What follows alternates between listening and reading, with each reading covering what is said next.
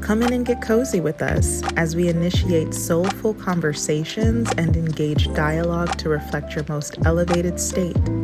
May you ponder these topics with depth and gravity as we dive into our true nature beyond the endless distractions. We are all worth so much more than the naked eye can perceive. Okay, we're live. Welcome to another episode of Soul Sister Series. Obviously, I'm doing something new this week because I haven't experimented with video a lot, but I'm really excited because Miss Cat has all of this fancy equipment for me able to do so. And yes, we're going to be talking about a really special topic, trauma and doing the work, healing modalities and such, which I introduced a bit on last week's episode. But before we get into the discussion, I have to properly introduce our fabulous guest, Miss Cat. So Kateria, yes, Cat Niambi, the government name. I'm trying. Renowned internationally as the Hungry Medium, an accomplished spiritual activist, is a vessel for transformative soul searching and healing enlightenment. By sharing her remarkable gift of hearing spirit, Kat has played a pivotal role in empowering hundreds of clients, mainly Black women, with the guidance to find clarity, focus, and direction in their day-to-day lives. Adding to her multifaceted talents and gifts, Kat boasts over 30 years of corporate marketing expertise. As an innovative thinker and passion-driven professional, her career is marked with countless successes. Following a triumphant battle with breast cancer, Kat exited the corporate world to pursue entrepreneurial endeavors. She has since established several bustling enterprises, including her lifestyle brand, The Hungry Medium, and Middleton Farms, a 501c3 charitable not-for-profit organization established in 2023 and envisioned as a holistic model of local food security, sustainability, and commerce. Middleton Farms is a developing retreat space, urban farm cooperative, regenerative farming space, and Gullah Geechee cultural and educational complex, making this haven of heritage the first of its kind in Charleston, South Carolina. I just have to give you a round of applause. I have to give you a round of applause because you are doing the daggone thing, Miss Cat. That reads well. Yes. Well, thank you so much for being part of the podcast today. I'm excited. I have to give a little backstory of how I met you. So I have been following Miss Cat for quite some time. I used to buy your bath bombs from the Sable Collective, which I'll put down in the description. And I saw you on Shanti, the owner of the Sable Collective's Instagram Live. And you were talking about your bath bombs and how you make them. And then you did a tarot card pull. And I was thinking to myself, this woman is amazing. And so I followed her. And then unbeknownst to me, she was living in my city for the past 2 years. You didn't know? I didn't know. Oh, wow. And so I actually met a friend, and I showed her that I followed you, and she knew of you. And she was like, she's, her roots are in Charleston. I said, oh my gosh, that's so cool. Fast forward, I go to Bite the Power, which was an event here that KJ Kearney put on. And I saw her in the audience, and I was like, I know that's not Miss Cat. I just saw the gray braids, and I was like, I know that's not Miss Cat. So I'm sitting and enjoying the, production, and then after it was over, I was too shy to come over and talk to you. So I was like beelining for the exit, and something in my spirit was just like, say hi, spirit. Just say hi. Thank you, spirit of Tisha. So I chased her. I chased her. And I said, hi, I really like your work, and I think you're amazing. And I don't think I even told you your name. I was just like singing your praises. I was like, I know you do the tarot cards on your forehead, and I think that's cool. You have the bath bombs and everything. And yes, and so unbeknownst to me, you're very, very gracious, and you welcomed me into your circle of connection, and here we are. Here we are. I'm excited. Yes, how are you feeling today? I'm doing well.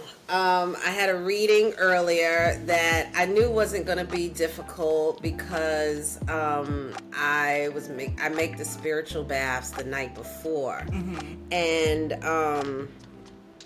the spiritual bath mixture kind of tells me like how difficult the reading might be. Okay.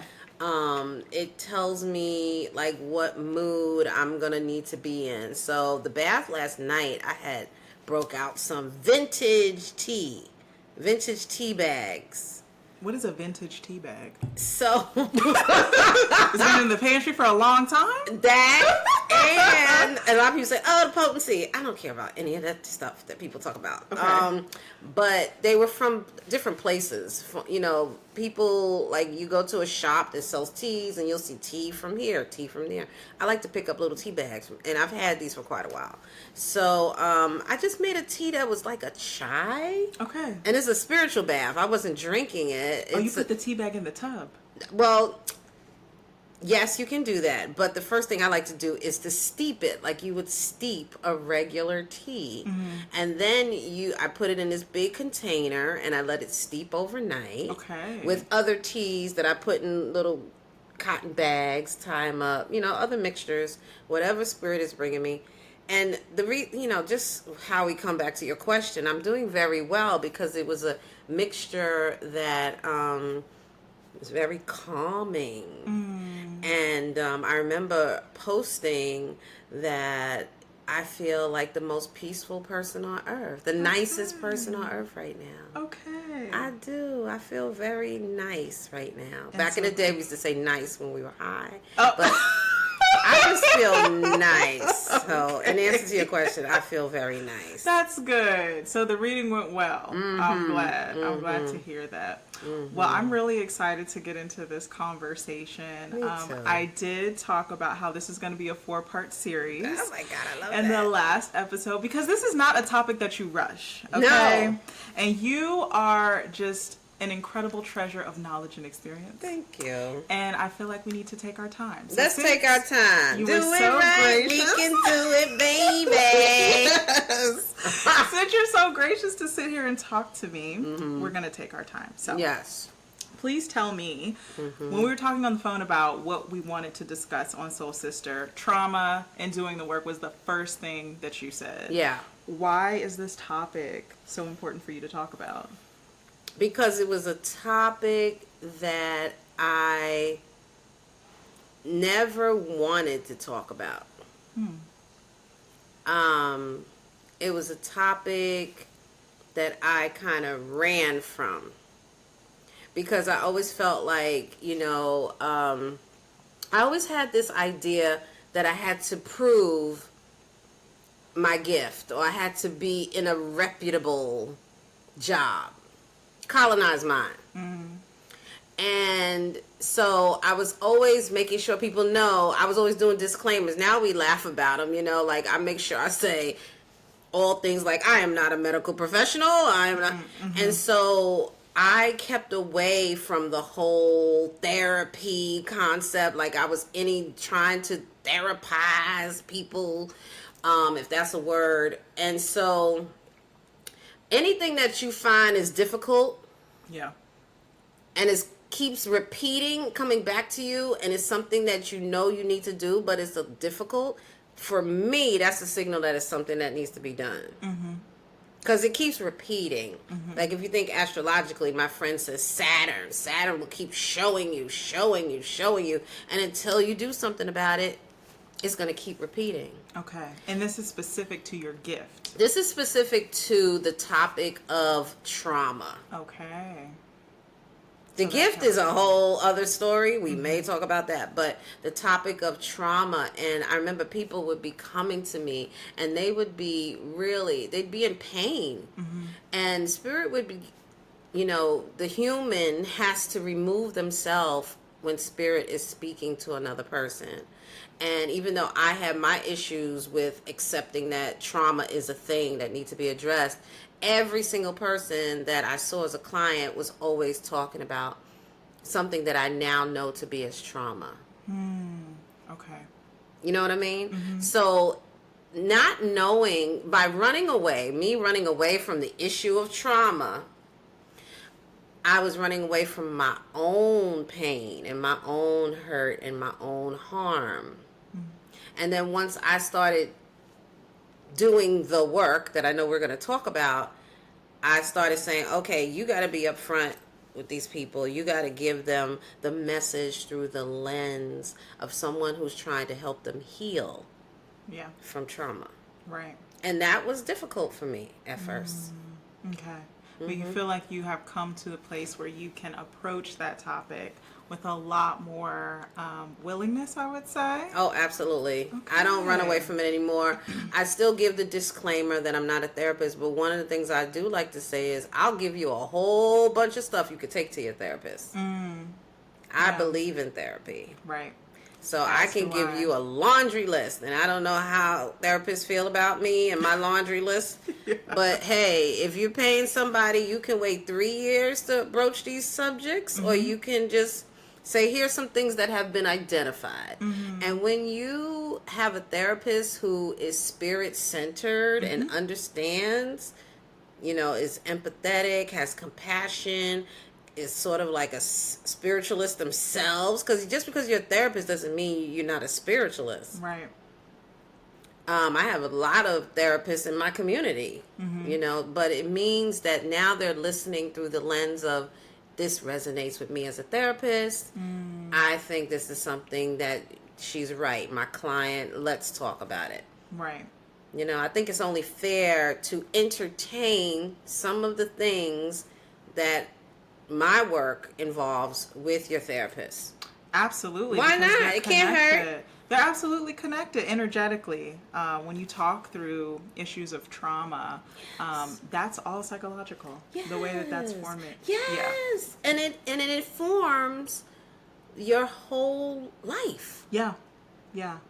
Speaking of which, do you feel like since you have accepted kind of confronting the idea of trauma, that your gift of clairvoyance is kind of meant to move through helping people through their trauma, as opposed to, I guess, I don't know, maybe some other... If they gonna find a man next week? Yes, or like, what is my purpose? Like, are you just kind of centering in on the traumatic healing modalities in your practice, your spiritual practice? Less about putting a label and saying trauma. Okay.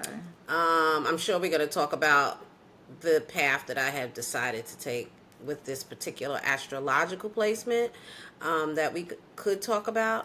It was more from, what is spirit telling me? See, spirit is, when I'm talking to people, spirit is, it's like a hive mind between the spirit guides and ancestors of the individual, like yourself, and my guides and my ancestors. And it's like a hive mind. They're collectively speaking as one, and then it comes to me in its form. So I think a lot of the issues and problems we have, just general in life, are impacted by that wound that we were born with. I feel like it may be a wound that's centered around one thing, but lots of issues are sprouted out of that wound. So you may say, oh, I have trouble with relationships, but not realizing that your wound has something to do maybe possibly with your work life or your career or your past life. So everything is related, but I feel like it all comes sprouted out from the wound itself. Okay. And you feel like everyone is born with a wound? Oh, I think everybody's born with a wound. Okay. Absolutely. Okay. That's another conversation. So like, why are we in this humane experience? Yeah, because I call it human. I call it the Hunger Games. Okay. I feel like our source, which is like, if I had to explain it in plain English, it's beams of light from the sun, from God, from source. And we are all pieces of that light. And so we're like, what are we doing today, Johnny? Oh, well, I'm going down to earth and I'm going to be born as a kid today. And I'll be back right away because time. Yeah. I'll be right back. And for us, it's what, 60 years, 70 years, 80, 90, 100, whatever. For the light beings, for source, it's like this, right? Because time is really relative. So that's what I think it is. Okay. And I think some of us choose really difficult lives. I believe our sources choose difficult lives to learn lessons. I think some of us come here very briefly to impact other people's lives. Okay. So I think that's why we choose certain lives. It depends. And I think a lot of it is also, this is where the ancestral part gets in. This is where the DNA gets in. Maybe it's a family issue that has to be resolved over generations. Mm-hmm. And so you come back to fulfill the mission for that generation, or maybe you don't. So you got to come back and repeat it. Okay. I don't know all the rules of the source life, honey. If I did, I'd be dead if I knew all the rules. Right. I don't know all the rules. That's okay. We don't have to accomplish answering that question in this series. But I did want to use this first episode to hone in on you. Okay. And get an understanding of your background. Yes. So, you're a Brooklyn girl, right? BK all day. All right. How exactly, and you take us down this journey in whichever way you feel is appropriate. How did this Brooklyn girl become the hungry medium who is in tune with her trauma today? Take us through the journey, please. Well, to be very, very honest, I could tell you how I got here. I could tell you how I fought against this lane, because I just wanted to be someone who wasn't in the spotlight, someone who wasn't the center of attention. So as a child, are you saying you were very shy? No. Oh, okay. No, but the reason why I wasn't introverted, which I am, I know that sounds crazy. You're probably looking at me like, what are you talking about? I'm confused. I'm an extroverted introvert. Okay. I had to be forced by a very close friend to go out into the world. If it was left up to me, I would have been home reading comic books and books and books and books and books and magazines and books and books and books for the rest of my life. And watching sci-fi and things of that nature. I was always interested in scientific fiction, mm-hmm. Outer space, like that kind of thing, like Moon Girl, It's giving only child, but you were not the only child. I was kind of, because my mother and father had me in their 40s, so my sister closest to me was 11, and the one above her was 18, so everyone's so much older. So it really was like being an only child. I didn't run around a house with siblings. They were like extra parents. Right. My sisters were extra parents. My brother was an extra parent. I had nieces and a nephew that were my age, a little bit younger. So I really, as a kid, I was into the things that were okay being alone. I was okay. I wasn't like, oh, I'm going to go outside. No, I didn't want to go outside and play. I went to an unusual school, mm-hmm. which made me, and that unusual school is why I'm here today. Please tell us, what does unusual mean? Oh my gosh. So just imagine if the Black Panthers and the Nation of Islam got together and created a school for kids. And they probably did out in the West or something. Mm-hmm. But over on the East Coast, since my brother was like 17 years older than me, and we're talking like the 60s and 70s, young black men and women were all part of the movement for the most part. They were protesting the war. Mm-hmm. They were getting in touch with their blackness.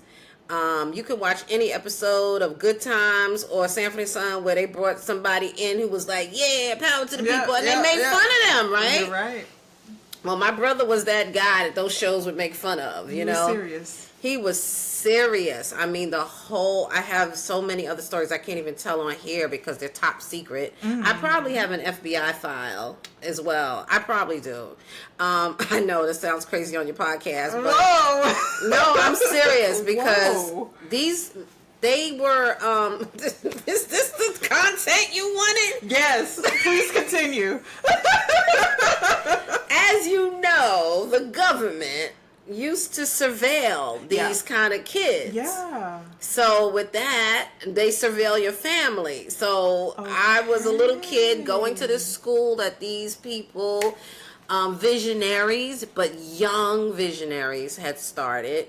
in Brooklyn called the East. And the Kiswahili name was Yehuru Sasa Shule, Freedom Now School. So my father, thinking I was some kind of child prodigy, came back from Africa when I was about 3 years old. He was not African. He wasn't Nigerian by birth. But my father up and left his whole family and went on a trip to Africa. Okay. I don't know what part. I want to say Kenya. So now he comes back and he's all power to the people with my brother. And they couldn't be nothing but so much alike and so different, right? That's another story. That's like a raisin in the sun, honey. If you ever read that book or saw the play, get that play, because there's a conflict between father and son. Okay. Black father, black son, in this time, right? So my dad gets back and my brother's like, oh, we starting a school. And I don't know what the actual conversation was. This is how I imagined in my head. Come on, Pops, we need to put her in a school for the African kids. And, he's leaning on I don't know what the conversation was like. I know my mom was not for it. Oh. But my dad didn't want to send me to the public school. I grew up in the projects. I guess I should have said that, in Brooklyn, Fort Greene. And there was a school right there. All my friends went to that school. But at the age of 3 or 4, they decided to put me in this school called the East. Okay. And here I am being dropped off at 3. I had never been at daycare or anything before. My mom stayed at home and watched me, and I was just like, she just left me there. 3 is really young. 3 is young. 6 is like the standard age. Yeah, but this was different. Okay. And how do I draw a line from that experience? Because even though I went to church, my mother was a big church goer, Baptist church, Zion Shallow Baptist Church on Duffield in Brooklyn. And I went to church with her. I felt, and I enjoyed church for many, many reasons. That was juxtaposed to this school that was talking about the white man is this and the white man is that, and then Jesus Christ is the white devil and all these things, and very confusing. Yes, for a child. Yeah. But for me, I wouldn't say it was confusing. It was just more information. I'm a Gemini, so it's not a confusing thing. It's just like calculation, blah, blah, blah. These people believe in this, and these people believe in this. So you're going to have to, getting back to me being a pleaser and a life of the party, I had to make sure my little empath self was making sure that these people were happy with me. Pleaser mentality. Because I felt something was wrong in the house. Okay. Now I see like the little buds of trauma starting to implant. All right. You see how that works? Yeah. When you are a child and you're, an empath, and you can pick up on people's emotions and how they feel and dynamics. Like, how did I know my brother and father were, like, it would cause me to feel a little weird when they would fight, you know what I mean? Like, not fight, but you could feel the thickness, the tension. Raisin in the Sun, Lorraine Hansberry. When those times, there's a lot of tension. My brother was going to jail for fighting for the cause. Maybe he had some guns. Who knows? You know what I'm saying? Yeah. And so the thing about this institution called the East, let's fast forward to when I'm about 6 or 7. Some of the parents from this school, I'm still going to the school, some of the parents from this school started exploring African traditional religions. Because they're saying to themselves, well, there's some spirituality piece to this revolution. Yeah. That's why I call myself a spiritual activist, because that makes this sense. is about fighting for the people, fighting the power through spirituality. Because as an empath, they took us on protest marches. We should have been in school learning. Right. We was out there, we were protesting apartheid. Wow. You've seen a lot. At a very young age. Yes. They took us to court trials of other revolutionaries. They would have us all, bunch of kids in the courthouse for the verdict. Okay. I didn't think that was allowed, but okay. We was on marches. We did a lot of things. So just getting back to how to beeline here, kicking and screaming. How did I get here? Kicking and screaming because, again, I just wanted to not be noticed. I just wanted to make everyone happy. Okay. So I knew that my mother would have never approved of me being involved in no African traditional religion because we were going to church. Mm-hmm. So then I had to wait for her to die. Okay. This is what we do. You ever hear people say, I did this because my mom or my dad was the total agnostic. He did not care about religion. Yet your parents were married until the time of her. Okay. Until the time my father died first. Okay. Together until he passed. And then I still was like, the religion was in the peripheral. Mm-hmm. Peripheral. Like, I would go to drummings. Because my best friend was involved and her family was involved in this religion. I was there when they got introduced to the religion. Okay. But what am I going to do? If your parent is not involved in that, you're not involved. Mm-hmm. Who there's no child in this tradition without their parent being in the tradition. Right. So I would continue to go to church. I would continue to be part of the gospel choir. I would be, So eventually my mom dies, which was extremely traumatic. I have a baby right after she dies. Traumatic in the sense of the grief that you felt or the actual nature of her death? Both, because she died of pancreatic cancer. Okay, that's and that is and fast and violent. And violent. It's very violent. I had an uncle die of pancreatic cancer, yeah. And this is back in the 90s, early 90s. All they had was morphine. Oh, God. And that got to a point, she suffered. She suffered greatly. Okay. And to watch that, and so then whoever you feel loyalty to, they die, and you still hold on and say, well, I still can't get involved in this, even though it was fascinating to me. I'd gone to drummings. I had seen spirit come down and advise people. Yeah. Yes, it's resonating big time. Yeah. And so my mom dies, and I'm like, well, I still have to stay true to that. And then I had a baby to deal with. Okay. And then I had a baby daddy to deal with. The baby wasn't hard to deal with at all. My daughter was amazing. Okay. The baby daddy, on the other hand. Give us a sense of how old you were so that we kind of understand. 25. Okay. Do you know how young that is? Yeah, but at really the time, my father died when I was 21 and my mom died when I was 25. And then I had a baby just 7 days into my, is it 7 days? 7 days, something like that. 6 days, 5 days. 5 days into turning 26, I give birth to a baby. That's so young. When I think about it now, my children are 31 and 28, and they can't even imagine. Yes, it's a different day as you couldn't tell me I wasn't grown. Okay, so you were ready for this baby. It wasn't like it came out of left field. Oh, I had her as a replacement for my mom. That's not a surprise. Okay. Like, I say it like this. My daughter knows. She was she was the love, and she ended up being a cancer just like my mom. Oh my gosh.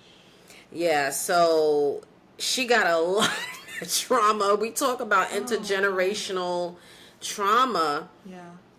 My daughter definitely got a lot of it in vitro. Okay. Because I'm mourning my mother. Yep.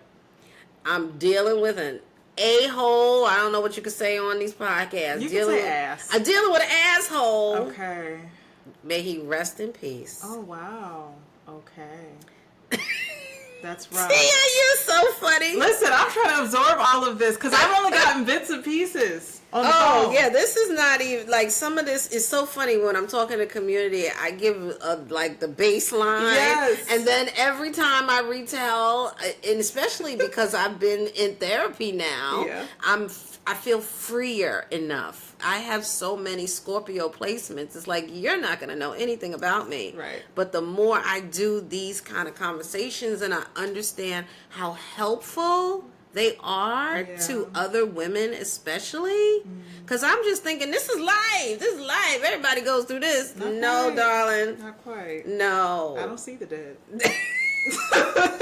the best for you, Kat. See here, just being led by them. So your mom passes. Yes. You have this baby. You have this baby daddy who's not doing what he needs to do. So I'm guessing that ended up in a split. But that's another. Well, layer of first I had to trauma. have a second baby first. So, you know. Okay. The matching pair. It is what it is, honey. Yes. So, so now I'm abiding by his, spiritual beliefs, whatever they were. He was definitely not going for the, I'm peeking over there. He wasn't down for that at all. Was he Christian? Pretend Christian. Okay. So anyway, so now finally he's gone and the world opened up. Life. Where are you now, age-wise? I'm 57. No, in terms of when... Oh, when he left. I probably was like 30, 32, 33. Okay, coming of age. All right. So I have my two beautiful children. Very different experiences in motherhood for each, as it should be. I don't see people parenting different children the same way. It just doesn't work that way. Right. But I'm now super successful. I have a great job.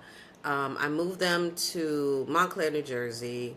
At first, they went to private school in the city. We did the whole thing. I just wanted to make a really good life for them, give them what I didn't have. Because, again, I grew up poor. Yep. In the projects, well taken care of, but poor. In retrospect, it's like, girl, y'all was poor. And then I started investigating. Because now my brother, the revolutionary, now he's in the tradition as well, that I'd always been on the peripheral. He went to Africa. He got initiated. He went to Nigeria. He wasn't playing. From the time you were 3 years old, he was in it to win it. Didn't waver. He was into a lot of things. Oh, okay. One thing you could say about my brother is that he did not. I need to do my brother's chart. I need to get his birth certificate. He did not hold back, and he did not care what people thought. Yeah. He always did what he wanted to do. Yeah. And he was a Libra, so it must be his rising sign. Yeah.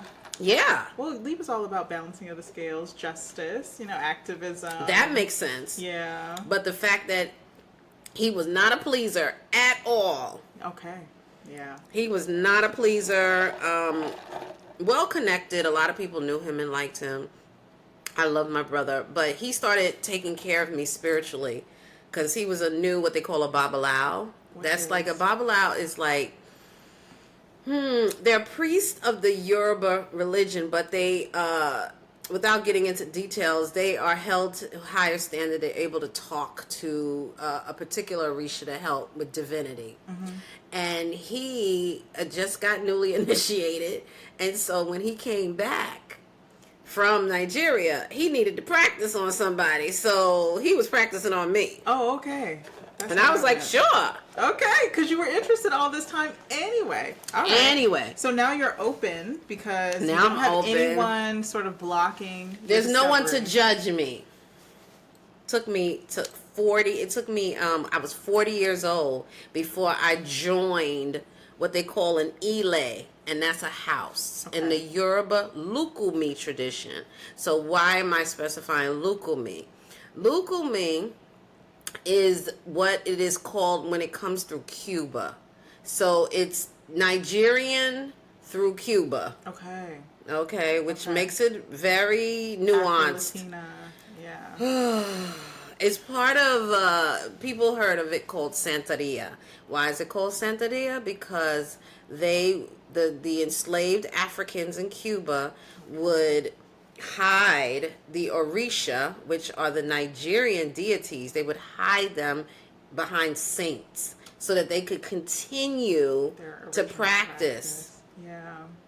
Yeah, I heard a lot about that actually with the native Charlestonians too. Oh, really? They were Muslim, and they would, like, the prayer circles were really like ways to hide their Muslim practice. But anyways, that's amazing. I want to hear more about that. I think I know what that is, but do you?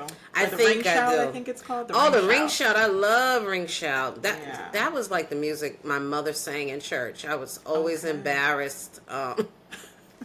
Because my mother was from Charleston. My mother was from James Island, everybody. She was an island girl. She would have been 100 years old last year if she was still living. Goodness. So she was born in 1923. Yes. Wow. Emma Middleton. Emma Middleton. And actually, you know what? It probably was Emily Middleton because, you know, I do a lot of genealogy work. So she went by Emily. And I always thought she changed her name when she went up north. And that's not the case. She was born Emily Middleton. She was named after, and I tell my family this stuff, and they're like, what are you talking about? I'm like, yes, I'm telling you, I've done all the research. Yes, they should know. They should be telling you. They don't, because they were kids, you know, like my uncle and my aunt that is still alive, they were kids when my mother was in her 20s, you know. So when she left to go up north, and I want to say late teens, early 20s, my aunt and uncle who are in their 80s now, they were like babies. Yeah. My mother, in fact, my oldest brother and my uncle were the same age. So my grandmother was taking care of her grandkids. You know how they do. Yeah. That's very African, West Indian, and Southern. Takes a village, literally. My grandmother, you could see my uncles now, my aunt, and my cousins, all the same age. And my grandmother took care of all of them. So I had a brother who was not the brother we're talking about, an older brother my mom had before she moved to New York, who was raised by my grandmother. So it's just a matter of... you know, sometimes I'll be forgetting stuff, right? No, it's totally fine. So, okay, so now my brother's taking care of me. Now I joined this religion. At 40. At 40. Yeah. So that's 17 years ago. And now that I joined, I'm like, okay, we good now? Y'all happy? This is how I talk to spirit. Okay, everybody happy? And so is that something that you carry throughout your life, talking to spirit? Oh, absolutely. Okay. But it started off as like an imaginary friend. Like I had an imaginary friend. You heard me talk about her? Yes. Her name was Dada. Dada, right. So we've uncovered a few things, which I won't share here because, you know, we got this community. I still haven't nuanced the story too well, but I will say, and I've written about this, so it's okay, that I came to find out that the name Dada, even though, let's go back to the school, the East. When we were kids at the East, they tried to use as many Kiswahili words. I don't know if that's Kiswahili is a real thing. Maybe it's South African. There's Swahili, and then there's Kiswahili. Okay. And they would use this term to talk about sisters. They would call you Dada. And they would call the boys Indugus. Okay. Indugus and Dadas. So now, here I am 3-4 years old, and I'm coming home and I'm talking to somebody named Dada. And my family is all down with it.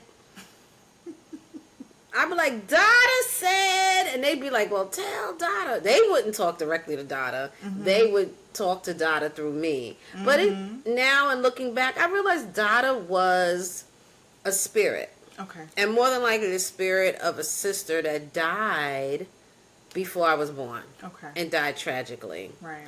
And what's even wilder is that my family, I think, started to get really uncomfortable with me talking to Dada because I think they started to realize that this could be the dead child. Okay. And I had her long, like most kids, their imaginary friend, once they start school at 6, now I'm already in school. But once you start school, that's usually when a kid loses their imaginary friend because now they're socializing with other kids. I still had Dada. Was it only Dada, or did there start to become others? I would say only Dada. Okay. But there were many times where I would be in church. Now this came later. Oh no, it's probably the same time. Where I liked watching people catch the Holy Ghost. That was my hobby. If I'm going to go to church. It's a lot of entertainment. If I'm going to church, I'm going to be entertained. Right. So I became like my biggest thing was hoping somebody would catch the Holy Ghost. That was, I hope somebody catch the Holy Ghost. As long as it's not my mother. For the sake of embarrassment. Yes. Because the kids are laughing, you know. I didn't think it was funny when other people would catch the Holy Ghost. Yeah. But you know, you're a kid and you're like, you know, you're just trying to fit in. Yeah. But I didn't think it was funny. I was fascinated. And I would like to sit there like a detective and say who was faking and who wasn't. Mm-hmm. Because I could see, I could feel spirit. Okay. So when you said, did I talk to other spirits? Yeah, like how did this hungry medium kind of develop within you as you're trying to discover the things that have always resonated with you, but you never were willing to kind of embrace? It was because I joined this tradition. And so I'm thinking, okay, I'm good. Y'all good? Talking to the collective. Mom, you happy now? Because the readings my brother is doing for me over the years is slowly but surely convincing me that spirit is talking. Now, I've seen it too when I would go to drummings. There's energies. Mm-hmm. There's energies that can come down and advise you. And I'm thinking, okay, it's all about the Orishas in the sky. Maybe that's who I was talking to all these years. Still not really like thinking it's dead people. Then I start sitting at these, part of the tradition is to develop people as spiritualists. It's not just come into this tradition and work and do drumming. It's about spiritual development. Okay. So they do these things, or we do these things called misas, M-I-S-A. Some people call them centros, right? C-E-N-T-R-O-S. And this is where kind of the Espiritismo Latin influence got into Lukumi.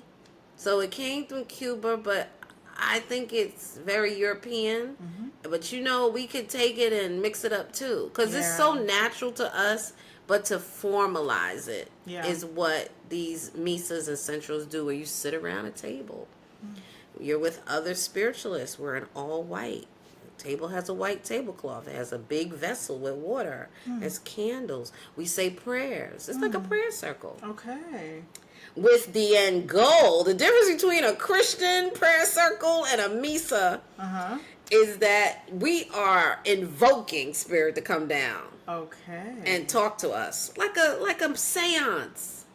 That's what I say to people. It's like a seance. Okay.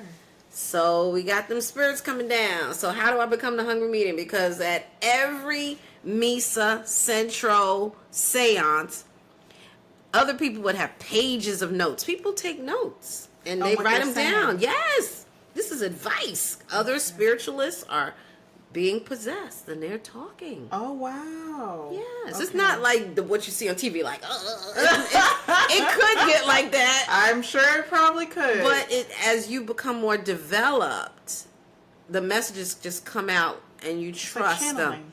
It's channeling. So when I started, I was doing misas with my friend and her family before I was even in a tradition. They would invite me. And I'm like, why do you invite me? I don't know. I would sit and I'd give messages. I was like, oh, but y'all You would give messages. Wasn't even in the tradition. So I was very familiar with the setting. I became the person in the community who would lead the misas. Oh my God. And then I had a bunch of elders who were serious spiritualists. They would channel. There was one elder, I won't mention his name here, but he knows I love him. Mm-hmm. And every time I would come to the Misa, he would say, every time I go to a Misa with him, and I would see him, I go, oh no. He would always say, you need to be doing this spiritual stuff. Mm-hmm. At first, I really thought it was him, but I know how powerful he was. I just thought it was him giving his opinion. Mm-hmm. And then, you know, everyone gets pages and pages and pages of notes. Mine would always be one big piece of paper with one line. You need to do this spiritual stuff, or you need to take a bath so that you can do this spiritual stuff, or you need to jump hopscotch because of the spiritual stuff. It's like, it doesn't matter. It wasn't about anything but I needed to do this. And I kept saying, why I gotta do this? So I'm thinking he's talking about for myself. Oh, yeah, I'm good. I'll do the spiritual stuff for myself. And he got clearer and clearer. Second time he said, you need to be doing this. And I was like, I am. He said, for other people. Mm-hmm. And that's when I was like, okay, dude, all right. Yeah. Miss People Pleaser wasn't about it. What was the hesitation? I didn't believe I had a gift. What are you talking about? Like, You was talking to Dada back in the day. Everybody believed you. Don't matter. It don't matter. At the Misas, I'm giving people advice. I'm telling you. And they're like, I went to some interesting events. I'll call them that. I went to one. It was mostly Spanish speakers, and it was like on Halloween. Yeah. Festive. And it was interesting. It was in someone's house. I went with my god sister because you don't go to strange places without, your fellow spiritualists with you. And they were singing all these like, what? I was like, what is this? Hardly anyone spoke English except the host and maybe her immediate family. And all the people that were coming were like, and I was like, what is this? And I started walking around the room telling these Spanish people stuff. Okay. Not in Spanish, but still. And they would have an interpreter. There was a guy who would interpret, and they would go, oh, thank you. And I was like, what the hell? So that's when, and even to this day, I just did a reading today. Yeah. And I said, catch me up. What's going on?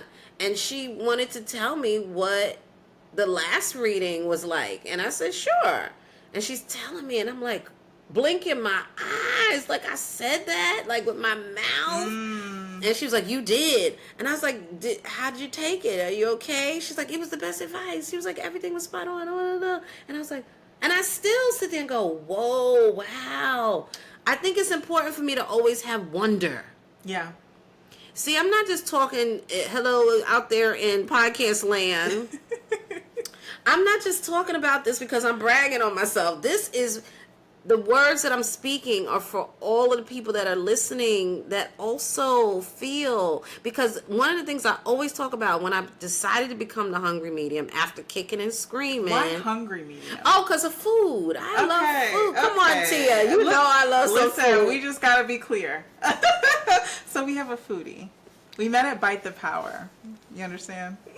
I am so ridiculous when it comes to food.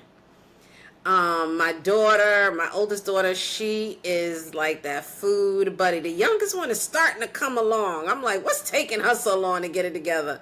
But my oldest, oh my God, we are just so vibed on the food front. Yeah, I love food. And so I was just like, how do I combine food and mediumship? Once I've got to the 40% mark about my gifts. 40% what? So of confidence level. Oh, okay. I wasn't at 100%. I was at 40% when I started, and that was in 2018 or 19, officially 19. Which would have put you in your 50s at that point. Oh, absolutely. Wow. How old was I? That was 3-4 years ago. 5 years ago, I was 52. That you felt 100% confident. No, I never feel 100%. I was at 40 when I started. Oh, you were at 40 years ago. Yes. So where are you now, Kat? I'm probably like at 80. Wow. So this is still very much so a trajectory for you. What is the hesitation? And I'm going to wrap this up because I know I really want to get to the unpacking. Oh, okay.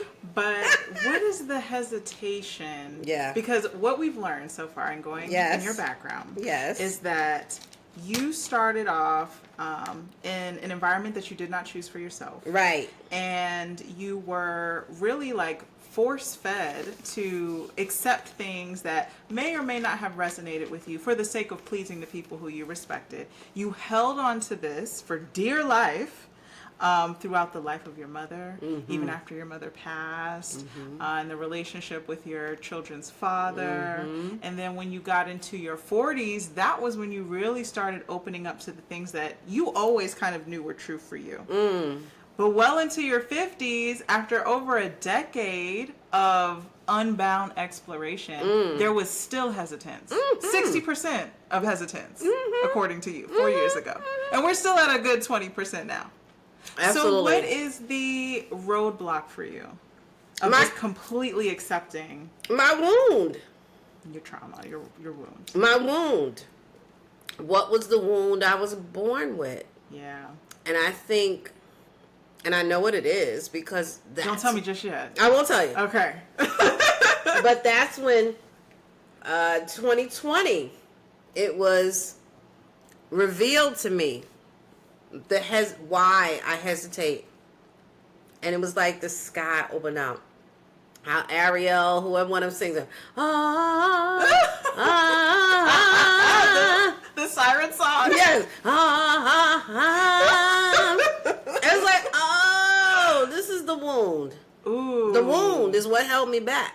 Boom. That's the perfect way to catch you on episode 2 of this trauma series. We're going to talk about the wound and we're going to unpack what that